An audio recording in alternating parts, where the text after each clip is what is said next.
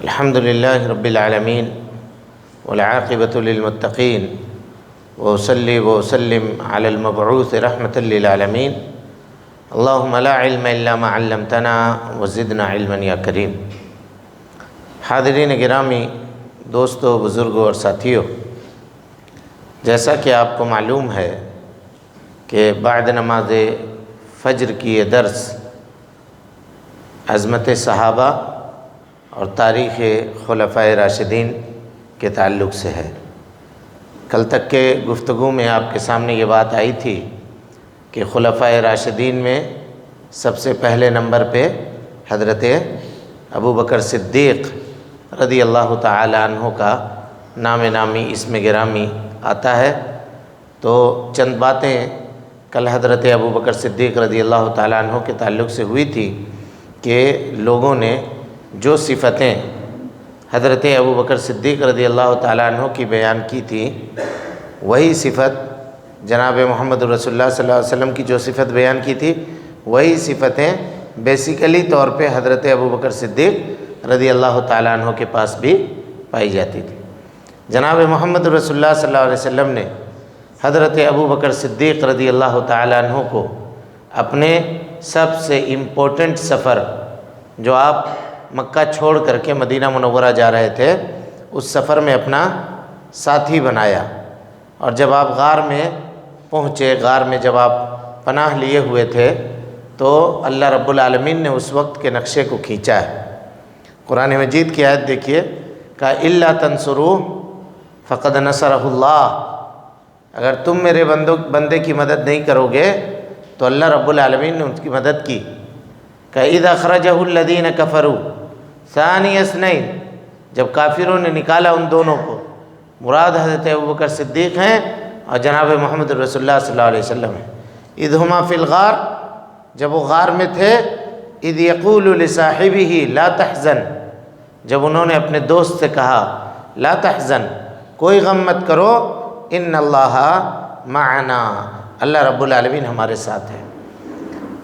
مفسرین نے لکھا ہے کہ خوف کے لیے جس لفظ کا استعمال ہوتا ہے وہ کیا ہوتا ہے؟ خوف کا لفظ۔ اور غم کے لیے جس لفظ کا استعمال ہوتا ہے وہ ہے حزن کا لفظ۔ غور سے سنیے گا، تفسیری باریکی ہے جس کی وضاحت آپ کے سامنے کر رہا ہوں۔ اللہ کے نبی صلی اللہ علیہ وسلم اور حضرت ابو بکر صدیق جب غار میں چھپے ہوئے تھے، تو نبی صلی اللہ علیہ وسلم نے جب حضرت ابو بکر صدیق نے یہ دیکھا کہ مشرکین غار کے بالکل سامنے آ گئے ہیں، اگر وہ اپنے پیر کی طرف جھانک کر کے دیکھیں گے تو ہم لوگوں کو دیکھ لیں گے، یعنی ہم پکڑے گئے، تو نبی صلی اللہ علیہ وسلم نے تسلی دی، لا تحزن، غم مت کرو، ان اللہ معنا، اللہ رب العالمین ہمارے ساتھ ہے۔ کہ خوف ہونا چاہیے، لیکن یہاں پہ حزن کا لفظ ہے۔ حزن کے معنی غم اور خوف کے معنی خوف، تو کافروں کے پکڑے جانے کا خوف ہوتا، حزن سے کیوں تعبیر کیا؟ کہ تعبیر اس لیے کیا کہ ابو بکر صدیق رضی اللہ تعالیٰ عنہ کو اپنی جان کی پرواہ نہیں تھی، اپنے جان کے تعلق سے ان کو خوف نہیں تھا، بلکہ پیارے مصطفیٰ صلی اللہ علیہ وسلم کے ساتھ کیا ہوگا یہ سوچ کر کے غم لاحق تھا ان کو۔ اللہ اکبر! یعنی ایک آدمی جس نے جناب محمد رسول اللہ صلی اللہ علیہ وسلم کے لیے، یعنی وہ خود مصیبت میں ہے، پکڑے جائیں گے تو کوئی اچھا معاملہ ان کے ساتھ مشرکین نہ کرتے، لیکن باوجود اس کے ان کو اپنی پرواہ نہیں ہے، بلکہ جناب محمد رسول اللہ صلی اللہ علیہ وسلم کی پرواہ ہے۔ اسی لیے حضرت ابو بکر صدیق رضی اللہ تعالیٰ عنہ کو کیا کہا جاتا ہے؟ یار غار کہا جاتا ہے، یار غار۔ نبی صلی اللہ علیہ وسلم کے غار میں جب آپ صلی اللہ علیہ وسلم تھے تو اس وقت کے بھی دوست ہیں حضرت ابو بکر صدیق رضی اللہ تعالیٰ عنہ۔ آج میں نے ان کے زندگی کے پہلو کے 2 سے 3 واقعات ان کا میں بیان کروں گا، اور پھر بقیہ جو ان کے زندگی کے مراحل ہوں گے وہ کل کے درس میں آپ کے سامنے آئیں گے۔ ایک مرتبہ جناب محمد رسول اللہ صلی اللہ علیہ وسلم، تاکہ آپ اندازہ لگائیں کہ ان کی حیثیت حضرت ابوبکر صدیق کی اور ان کا مقام اسلام کے اندر کیا ہے، یہ اندازہ لگائیے آپ۔ نبی صلی اللہ علیہ وسلم ایک باغ میں بیٹھے ہوئے تھے، چھوٹا سا باغ تھا جو چاروں طرف سے باؤنڈری کیا ہوا تھا، دیوار کیا ہوا تھا، اس میں ایک کنواں تھا۔ کنویں میں اللہ کے نبی صلی اللہ علیہ وسلم کنویں کے منڈیر کے اوپر کنویں میں پاؤں لٹکا کر کے بیٹھے ہوئے تھے۔ حضرت ابو موسیٰ اشعری رضی اللہ تعالیٰ عنہ بھی موجود تھے۔ انہوں نے کہا کہ اللہ کے رسول، میں گیٹ پر کھڑا ہوتا ہوں، کسی کو بھی اندر آنے نہیں دوں گا، وہی آدمی آئے گا جس کو آپ اجازت دیں گے۔ کہا ٹھیک ہے۔ جا کے کھڑے ہوئے، سب سے پہلے شخص جو دروازے پر پہنچے وہ حضرت ابوبکر صدیق رضی اللہ تعالیٰ عنہ تھے۔ اللہ اکبر۔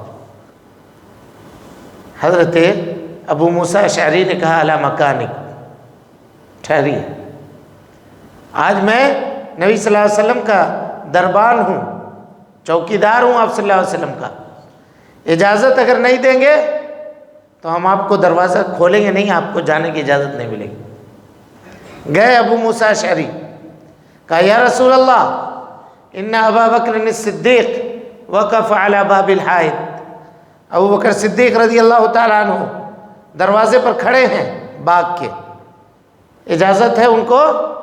نبی صلی اللہ علیہ وسلم نے فرمایا ادخلہ، اجازت دو ان کو، وبشرہ بالجنہ، اور ان کو جنت کی بشارت بھی دے دو، خوشخبری بھی دے دو جنت کی۔ دروازہ کھول دو، آنے کے لیے کہو، اور جنت کی خوشخبری بھی دے دو۔ بیٹھے رہے۔ حضرت ابوبکر صدیق آئے، دائیں جانب نبی صلی اللہ علیہ وسلم کے اسی طرح سے بیٹھ گئے جیسے آپ صلی اللہ علیہ وسلم بیٹھے ہوئے تھے، کنویں کے منڈیر پہ پاؤں لٹکا کر کے بیٹھ گیا۔ تھوڑی دیر بعد حضرت عمر آئے، ان کے ساتھ بھی وہی معاملہ ہوا۔ نبی صلی اللہ علیہ وسلم نے کہا کہ اجازت دے دو اور ان کو بھی جنت کی بشارت دے دو۔ وہ آ کر کے بائیں جانب بیٹھ گئے جس طرح سے نبی صلی اللہ علیہ وسلم بیٹھے ہوئے تھے۔ تیسرے نمبر پہ حضرت عثمان غنی آئے، اجازت طلب کی، ان کو بھی نبی صلی اللہ علیہ وسلم نے کہا اجازت دے دو اور جنت کی بشارت دے دو۔ وہ جب آئے تو یہ غار یا یہ کنواں جو تھا، یہ کنویں میں اب بیٹھنے کی جگہ نہیں تھی۔ مفسرین نے یا مورخین نے تاویل بیان کی ہے اس کنویں کو ان کے قبر سے، کہا کہ یہ تینوں کے تینوں ایک جگہ ہوں گے، اور چوتھے جو ہوں گے حضرت عثمان غنی، ان کو کہاں دفن کیا گیا؟ بقیع کے اندر۔ حضرت ابوبکر صدیق کے بارے میں حضرت علی رضی اللہ تعالیٰ عنہ کہتے ہیں کہ اکثر میں نبی صلی اللہ علیہ وسلم سے یہ کہتے ہوئے سنتا تھا کہ میں گیا، حضرت ابوبکر گئے، میں گیا، حضرت عمر گئے، اللہ رب العالمین نے دنیا کے میں ان کو ساتھ رکھا، مرنے کے بعد بھی یہ ساتھ میں ہیں، اور کل قیامت کے دن اٹھائے بھی ساتھ میں جائیں گے۔ یہ فضیلت کی بات ہوئی حضرت ابوبکر صدیق رضی اللہ تعالیٰ عنہ کے تعلق سے۔ ایک مرتبہ حضرت ابوبکر صدیق رضی اللہ تعالیٰ عنہ کے بارے میں ان کا جو حلیہ بیان کیا گیا ہے وہ یہ ہے کہ نہایت دبلے پتلے تھے، نہایت دبلے پتلے، اور اس میں زود رنج تھے، جلدی کسی مسئلے میں ان کو غصہ آتا تھا۔ حضرت ابوبکر صدیق رضی اللہ تعالیٰ عنہ کو حق بات میں ناحق کسی کے اوپر کیوں غصہ ہوں گے؟ غصہ آتا تھا، طبیعت ہوتی ہے، ہر انسان اپنے طبیعت کے اوپر ہے۔ تو حضرت ابوبکر صدیق رضی اللہ تعالیٰ عنہ اور حضرت عمر ابن خطاب میں کسی مسئلے میں بحث ہو گئی دونوں میں آپس میں۔ حضرت ابوبکر صدیق نے کچھ بڑھ چڑھ کر کے دو چار باتیں اوپر کہہ دی حضرت عمر ابن خطاب کو۔ جب احساس ہوا تو حضرت عمر سے کہا کہ بھائی معاف کر دو، ہم نے تمہارے ساتھ زیادتی کر دی، کچھ باتیں بڑھ چڑھ کر کے کہہ دی۔ حضرت عمر نے کہا کہ نہیں، واللہ لا اغفر لک، میں معاف نہیں کروں گا تم کو۔ یہ کہہ کر کے چلے گئے، نکل گئے۔ حضرت ابوبکر صدیق تھوڑی دیر بیٹھے رہے وہاں پہ، اور اس کے بعد وہاں سے اٹھے اور نبی صلی اللہ علیہ وسلم کے پاس پہنچے۔ نبی صلی اللہ علیہ وسلم کے پاس صحابی حضرت ابو درداء رضی اللہ عنہ پہلے سے موجود تھے۔ حضرت ابوبکر صدیق سامنے سے آ رہے تھے۔ دیکھیے دوست کو کس طرح سے پہچانتا ہے۔ نبی صلی اللہ علیہ وسلم نے جب چہرہ دیکھا حضرت ابوبکر صدیق کا تو کہا واللہ ان صاحبکم قد غامر، تمہارے اس دوست کو یعنی حضرت ابوبکر صدیق کو کوئی بڑا معاملہ پیش آیا ہے، غمگین ہیں۔ آئے نبی صلی اللہ علیہ وسلم کے پاس، پوچھا آپ صلی اللہ علیہ وسلم نے کیا بات ہے؟ کہا کہ میرے ساتھ اور حضرت عمر کے ساتھ یہ معاملہ ہوا تھا، میں نے ان کے اوپر زیادتی کر دی، اس کے بعد جب میں نے معافی مانگی تو انہوں نے مجھ کو معاف نہیں کیا۔ اللہ کے نبی صلی اللہ علیہ وسلم نے حضرت عمر سے کوئی میٹر نہیں سنا، غور کیجئے گا۔ کہا یا ابا بکر الصدیق، اے ابو بکر صدیق، واللہ یغفر لک، حضرت عمر نہیں معاف کرتے ہیں، مت کرنے دو، اللہ آپ کو معاف کرے گا۔ اللہ اکبر۔ اسی اسنا میں یہ معاملہ چل رہا تھا کہ حضرت عمر کو احساس ہوا کہ ہم نے غلط کیا ہے۔ اگر وہ کہہ رہے تھے کہ معاف کر دو تو ہم کو معاف کر دینا چاہیے تھا۔ نکلے حضرت ابوبکر صدیق کے گھر گئے، پوچھا کہاں ہے؟ پتہ چلا گھر پہ نہیں ہے۔ تو اب گھر پہ نہیں ہے تو دوسرا اسٹیشن اور کیا ہوگا؟ نبی صلی اللہ علیہ وسلم کے پاس۔ سیدھے نکل کر کیا ہے، آپ صلی اللہ علیہ وسلم نے جیسے دیکھا کہ حضرت عمر ابن خطاب آ رہے ہیں، غصے سے آپ اپنی مجلس سے دیکھ کر کے کوئی بات نہیں سنی، حضرت عمر کو بولنے کا موقع بھی نہیں دیا، کھڑے ہو گئے حضرت عمر کو دیکھ کر کے۔ جب حضرت ابوبکر صدیق نے نبی صلی اللہ علیہ وسلم کو اتنے غصے میں دیکھا تو فجسا، اب گھٹنے کے بل بیٹھ گئے اور کہا اللہ کے رسول غلطی میری تھی، غلطی میری تھی، میں نے زیادتی کی ہے، آپ حضرت عمر کو کچھ نہ کہیں، غلطی میری تھی۔ حضرت نبی صلی اللہ علیہ وسلم نے حضرت ابوبکر صدیق کی طرف کچھ بھی نہیں دیکھا، کچھ التفات بھی نہیں کیا، اور کہا کہ یا عمر، جب پوری دنیا اللہ نے قد بعث الیکم نبیا، مجھ کو تمہارے جانب نبی بنا کر کے بھیجا تھا، تم سب کے سب نے مجھ کو جھٹلا دیا، کسی نے میری بات نہیں مانی۔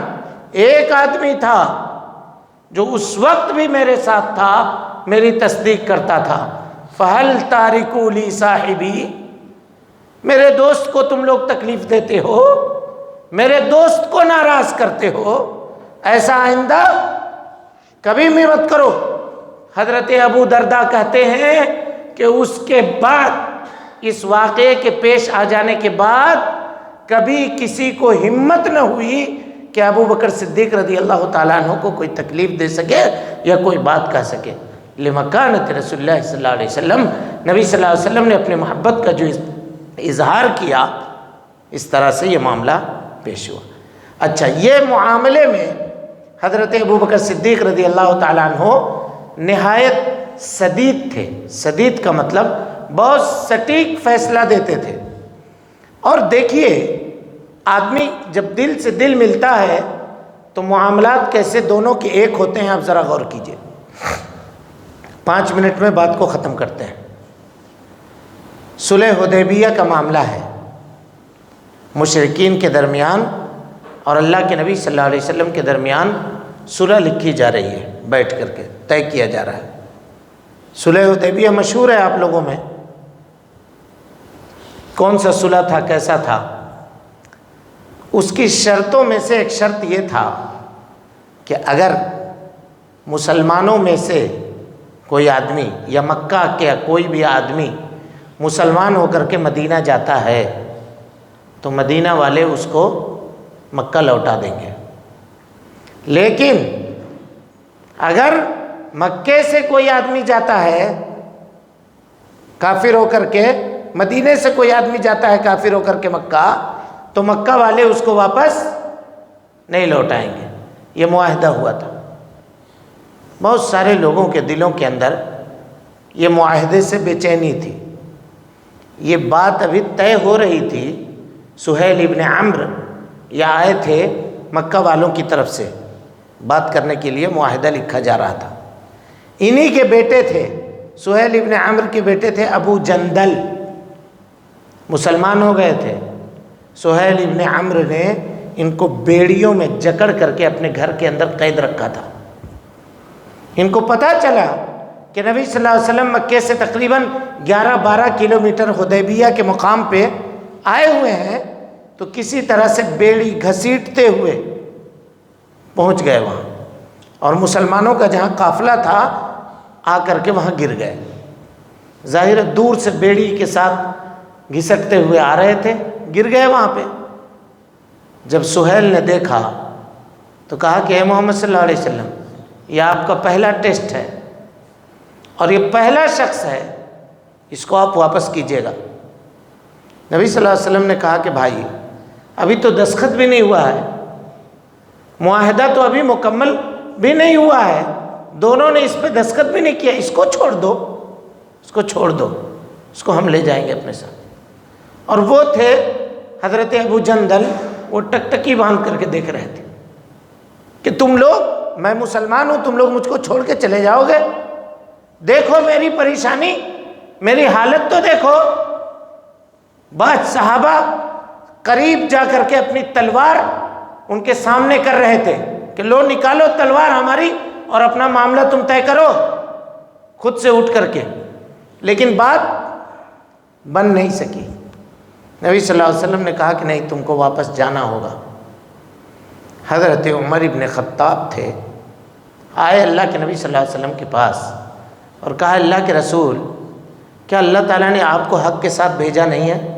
کہاں بھیجا ہے؟ کہا کیا ہم حق کے پیروکار نہیں ہیں؟ کہا ہاں ہیں۔ کیا آپ نے یہ نہیں کہا تھا کہ ہم خانہ کعبہ کا طواف کریں گے، عمرہ کریں گے؟ کہاں کہا تھا؟ تو پھر ہم کیوں نہیں کر سک رہے ہیں؟ کہا میں نے کہا تھا ضرور، لیکن کیا میں کہا تھا کہ اس سال کریں گے ہم لوگ؟ ضرور ایک زمانہ آئے گا عمر، ایک زمانہ آئے گا کہ ہم خانہ کعبہ کا طواف کریں گے اور جا کر کے وہاں حج اور عمرہ انجام دیں گے، انتظار کرو۔ نبی صلی اللہ علیہ وسلم نے یہ کہہ دیا اور کچھ کہنے کی ہمت نہیں ہوئی۔ اب وہ آدمی تلاش رہے تھے کہ کس کو کہیں جو جا کے نبی صلی اللہ علیہ وسلم تک یہ بات پہنچائے۔ حضرت ابوبکر صدیق ملے، کہا اے ابوبکر صدیق، کیا اللہ کے نبی صلی اللہ علیہ وسلم کو اللہ نے حق کے ساتھ نہیں بھیجا ہے؟ کہاں بھیجا ہے؟ کیا ہم دین حق پہ نہیں ہیں؟ کہاں ہے؟ کیا نبی صلی اللہ علیہ وسلم نے یہ وعدہ نہیں کیا تھا کہ ہم طواف کریں گے؟ کہاں کیا تھا، لیکن یہ تھوڑی کہا تھا کہ اسی سال کریں گے۔ سیم جواب، جبکہ حضرت ابوبکر صدیق اس مجلس میں موجود نہیں تھے۔ اب دیکھیے اس کو کہا جاتا ہے توفیق، اور جب دل ایک دل سے ملتا ہے تو آدمی کے سوچنے کے طریقے، اس کا بچار، اس کا انداز، اس کے گفتگو کا طریقہ، یہ سب کے سب ایک جیسا۔ کہا صبر کرو عمر، ایک زمانہ آئے گا جب ہم لوگ بھی آئیں گے اور طواف کر کے واپس چلے جائیں گے۔ یہ سن کر کے گفتگو حضرت عمر ابن خطاب رضی اللہ تعالیٰ عنہ چپ ہو گئے، خاموش ہو گئے۔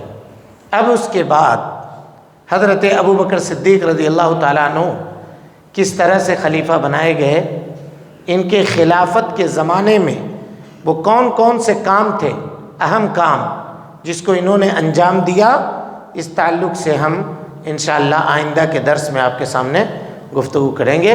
اللہ رب العالمین سے دعا ہے کہ اللہ تعالی ہم کو اور آپ کو حسن عمل کی توفیق دے، ہماری اصلاح فرمائے، جب تک زندہ رکھے دین اسلام پہ زندہ رکھے، اور جب اٹھائے ایمان پہ اٹھائے۔